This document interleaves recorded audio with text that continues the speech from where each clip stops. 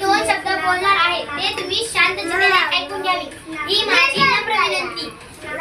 दैवत साऱ्या महाराष्ट्राचे ज्यांनी अशा छत्रपती शिवाजी महाराजांना वंदनी करुणी करते मी माझ्या भाषणाला सुरुवात। आज 19 फेब्रुवारी छत्रपती शिवाजी महाराजांची जयंती। सर्वप्रथम आपणा सर्वांना शिवजयंतीच्या खूप खूप शुभेच्छा। मित्रांनो 19 फेब्रुवारी 1630 सोन्याचा दिवस ज्या दिवशी महाराष्ट्रातील पुणे जिल्ह्यातील शिवनेरी किल्ल्यावर जिजामातांच्या पोटी शिवरायांचा जन्म झाला। शिवराय लहानपणापासून अत्यंत हुशार आणि कुशाग्र बुद्धीचे होते।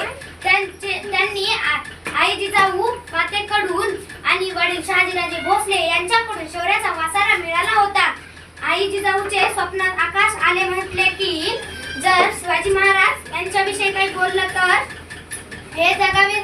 शेवटी मी एवढेच म्हणेल की तो आला नव्हता त्याला आणला होता, तो आला नव्हता त्याला आणला होता, तो मेला नव्हता त्याला मारला होता, तो मेला नव्हता त्याला मारला होता।